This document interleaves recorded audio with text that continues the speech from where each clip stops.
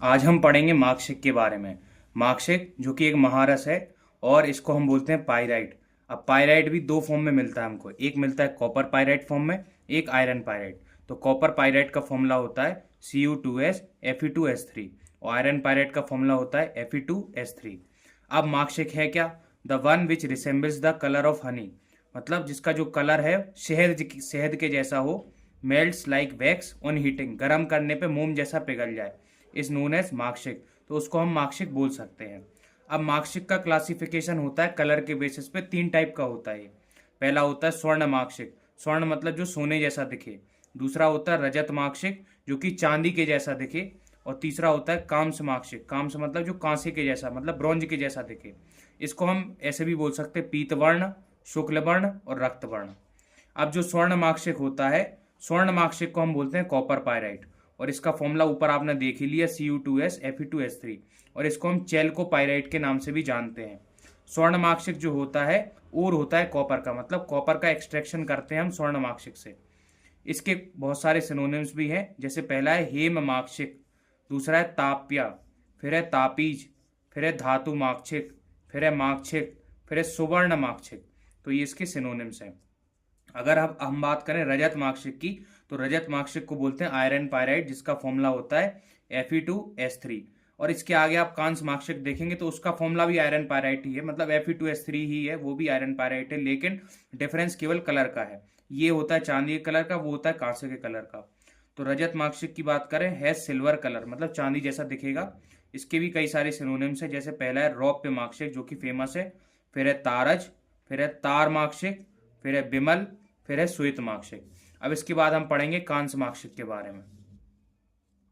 तो कांस्य मार्कशीट जैसा मैंने बोला, फॉर्मूला सेम है, ये भी आयरन पायराइट है, और जो रजत मार्कशीट था वो भी आयरन पायराइट था, केवल कलर का चेंज है। ये थोड़ा रेडिश कलर का होता है, कॉपर जैसे कलर का होता है। It is also a combination of iron and sulphur, iron and sulphur, but copper colour appearance, मतलब इसका जो कलर है कांसे का थोड़ा सा कॉपर, थोड़ा रेडिश कलर का होता है। अब सबसे अच्छा कौन सा माना जाता है? स्वर्ण मार्कशीट माना जाता है। स्वर्ण मार्कशीट is considered as best, so before it is use for therapeutic use it should be subjected for the process of शोधन। अगर आप मार्कशीट को यूज करना चाहते हैं तो उससे पहले उसका प्यूरिफिकेशन करना पड़ेगा। अब प्यूरिफिकेशन करने के दो तरीके हैं मार्कशीट के। मार्कशीट शोधन, शोधन मतलब होता है प्यूरिफिकेशन। तो एक तरीका है शोधन के थ्रू, जिसे हम स्टीमिंग बोलते हैं, और दूसरा तरीका है निर्वाप। निर्वाप मतलब गर्म करके बुझा देना। तो अगर हम बात करें पहले प्रोसेस की, जिसका नाम है स्वेदन, तो हम करते हैं दोला यंत्र की मदद से। दोला यंत्र कैसे बनता है? तो हम क्या करते हैं कि मटका लेते हैं और मटके में मीडियम रखते हैं जिसमें स्वेदन होने वाला है, ठीक है, और जिसका होने वाला है उसको पोटली में बांध लेते हैं, और बांध करके उसको जब तक गर्म करते हैं जब तक पोटली से पिघल के नीचे ना आ जाए। तो प्रोसीजर क्या है? The powdered marksheet is tied in a cotton cloth, एक सूती कपड़े में बांध लेना है, and dipped in a pot containing कदली कंद स्वरस। तो हम क्या करना है, ये जो हमने मीडियम लिया, इधर पे कदली कंद स्वरस लिया। कदली मतलब होता है केला, और कंद मतलब होता है राइजोम, तो स्वरस मतलब होता है जूस। तो जरूरी नहीं है आप कदली कंद स्वरस लें, आप एरंडा तेल मतलब कैस्टर ऑयल भी ले सकते हैं इसकी जगह। नींबू स्वरस मतलब लेमन जूस भी ले सकते हैं। और लगभग इसको कितनी देर तक करना है आपको? 6 घंटे तक आपको स्वेदन देना है। तो इसमें ये हीट करेंगे तो ये गर्म होगा, गर्म होने से क्या होगा, जो भी इम्प्योरिटीज है वो पोटली में रह जाएगी, और जो भी प्योर फॉर्म है वो नीचे आके कलेक्ट हो जाएगा। तो पहला प्रोसेस था स्वेदन, स्वेदन के थ्रू मार्कशीट का शोधन हुआ। दूसरा प्रोसेस है निर्वाप, निर्वाप का मतलब है गर्म करके बुझा देना, हीटिंग एंड क्वेंचिंग।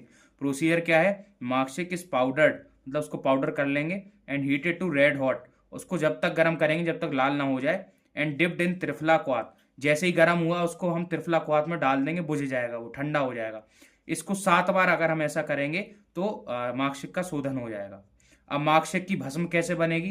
तो मार्कशीट मारण अब हम समझेंगे। तो सबसे पहले हमें खलवा यंत्र लेना है, मतलब मोटर एंड पेसिल। उसमें मार्कशीट पाउडर लेना है, मतलब मार्कशीट जो है उसको पाउडर फॉर्म में लेना है, और सेम रेशियो में हमें गंधक लेना है, गंधक मतलब सल्फर, और लेमन जूस लेना है, मतलब नींबू स्वरस लेना है, और वो डाल देना है।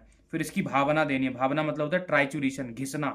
तो जब हम लेमन जूस की मदद से ट्राइचुरेट करेंगे तो पेस्ट बन जाएगा। पेस्ट बनने के बाद हम पेड़े टाइप के बना लेंगे, जिसे बोला जाता है चक्री का निर्माण या पैलेट्स फॉर्मेशन। फिर उसको हम पुट यंत्र में रखेंगे। पुट यंत्र में रखने के बाद उसको हम बरहा पुट देंगे। बरहा पुट का मतलब है आधे घंटे तक 1000 डिग्री सेल्सियस टेम्परेचर तक उसको गर्म करना। पहले तो मशीन होती नहीं थी, फर्नेस होती नहीं थी, तो क्या करते थे, गड्ढा बनाते थे। बराह बुट के लिए गड्ढा बनाया कितने सेंटीमीटर का, जिसकी लेंथ विद और हाइट होनी चाहिए 42 सेंटीमीटर इंटू 42 इंटू 42। पहले हम क्या करते थे, 350 ओपल, ओपल मतलब होता है काउडंग केक, गाय के गोबर के कंडे, तो इसमें हमने पहले वो डाले, फिर ये पुटा यंत्र उसमें रख दिया, फिर उसके बाद 150 कंडे और डाल दिए, फिर उसको आग लगा देते थे। और जब वो पूरी ठंडी ना हो जाए, जब तक उसमें आग लगी रहती थी। और ऐसे क्या होता था, ये जो वो मारण है प्रोसीजर कंप्लीट होता था। लेकिन इस प्रोसीजर को जो अभी हमने देखा है 5 बार करना है। मतलब जैसे हमने इधर पे भावना दी, भावना के बाद पेड़े बनाए, चक्री का निर्माण किया, पुट यंत्र में रखा, उसको हीट दी, फिर जब हीट कंप्लीट हो जाएगी, वो ठंडा हो जाएगा, उससे ये पेड़े निकाल लेंगे, उसको फिर से पाउडर कर लेंगे। फिर उसको ऐसा 5 बार जब करेंगे तब जाकर के प्रॉपर भस्म का फॉर्मेशन होगा। अब हम पढ़ेंगे थेरापेटिक यूज, कहाँ कहाँ हम इसको दे सकते हैं मार्कशिक को, मार्कशिक की भस्म को। तो प्रमेह, प्रमेह मतलब होता है डायबिटीज में, कुष्ठ मतलब स्किन डिसऑर्डर्स में भी दे सकते हैं, अर्श मतलब पाइल्स में भी दे सकते हैं, कृमि मतलब कीड़े पड़ जाए पेट में तो उसमें भी दे सकते, उदर रोग कोई एब्डोमेन की प्रॉब्लम हो उसमें भी दे सकते, हृदय रोग कार्डियक डिजीजेस में भी दे सकते, कंठ रोग गले के रोगों में भी दे सकते, बस्ती रोग यूरिनरी ब्लैडर से रिलेटेड कोई प्रॉब्लम हो, पांडु, पांडु मतलब अनीमिया, शोथ मतलब होता है स्वेलिंग इन्फ्लामेशन, कंडू मतलब खुजली, विष रोग मतलब अगर आप किसी ने जहर खा लिया तो भी इसका यूज कर सकते हैं हम, जीर्ण ज्वर पुराना बुखार हो जो जन नहीं जा रहा उसमें भी यूज करते हैं, अपस्मार मतलब एपिलेप्सी एक दिमाग की बीमारी होती है, मंदग्नि इंडाइजेशन के कंडीशन में भी यूज कर सकते, अरुचि खाना खाने में मन नहीं लगता है, अनिद्रा नींद नहीं आती है, तो इतनी सारी जगह हम यूज कर सकते हैं। तो इसके अलग अलग फॉर्मुलेशन है जो अलग अलग जगह यूज होते हैं। अब डोज और अनुपान कितना मात्रा में लेना है, तो आचार्य ने बताया आधे से लेके 2 रत्ती तक, एक रत्ती होता है 125 मिलीग्राम, तो लगभग 63 mg से लेके 250 mg तक इसको दिया जाता है। अनुपान मतलब किसके साथ लेंगे, तो या तो त्रिफला क्वाथ के साथ लेंगे, त्रिकटु चूर्ण के साथ लेंगे, विडंग चूर्ण के साथ लेंगे, घृत मतलब घी के साथ, या शहद के साथ लेंगे। अब इसकी कई सारी फॉर्मुलेशन है, जैसी पहली है चंद्र प्रभा बटी। चंद्र प्रभा बटी का काम क्या होता है कि ये पित्त को बैलेंस करती है, ठीक है, यूरिनरी ट्रैक्ट इन्फेक्शन को ठीक करती है, आम मतलब बॉडी में कहीं टॉक्सिन का फॉर्मेशन हो रहा है उसको दूर करती है, जैसे यूरिया क्रिटेनिन यूरिक एसिड को रिमूव करती है बॉडी से, और शुगर लेवल को भी मेंटेन करती है। तो इसलिए चंद्रप्रभा बटी डायबिटीज पेशेंट में भी दी जाती है। फिर है प्रभाकर बटी, प्रभाकर बटी जो हृदय संबंधी बीमारियां होती हैं, हार्ट रिलेटेड प्रॉब्लम्स, उसमें दी जाती है। गृहिणी कपाट रस जो होती है गृहिणी रोग, गृहिणी मतलब होता है इंटेस्टाइन, गृहिणी का मतलब जो ग्रहण करे, तो अगर ग्रहण करने की क्षमता इंटेस्टाइन की खत्म हो जाती तो उसे गृहिणी रोग बोला जाता है।